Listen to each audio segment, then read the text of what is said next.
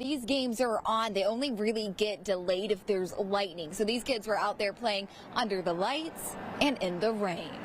It doesn't matter, rain or shine, we're going to be out here supporting our kids. Parents and teachers in Orosi have no problem bracing the elements for a little Friday night football. I've got my raincoat, so I'm ready. Karina Lopez says she wouldn't miss her son Maverick playing in the game against Fireball for anything. We forgot our seats, our stadium seats, but we brought some napkins.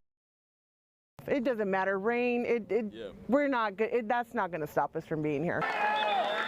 Meanwhile, at Minarets High School in Madera County, all the rain flooded parts of the track around the football.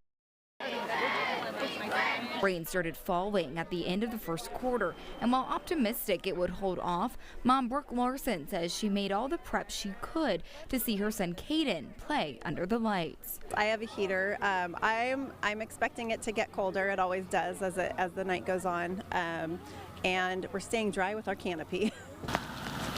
Well, Friday night is all about the high school games. Tomorrow's focus is on Fresno State. Valley Children's Stadium got a good soaking tonight, meaning it's not just the high schoolers having to play on a mushy field. Now, you might have seen some umbrellas in those videos from those high school games. It could have been allowed there, but not allowed over at Fresno State. If you're rooting for the Bulldogs, they say bring a poncho or just a rain jacket. But other than that, business as usual for tomorrow. Reporting from Fresno, Catherine Phillips, CBS 47 Eyewitness News.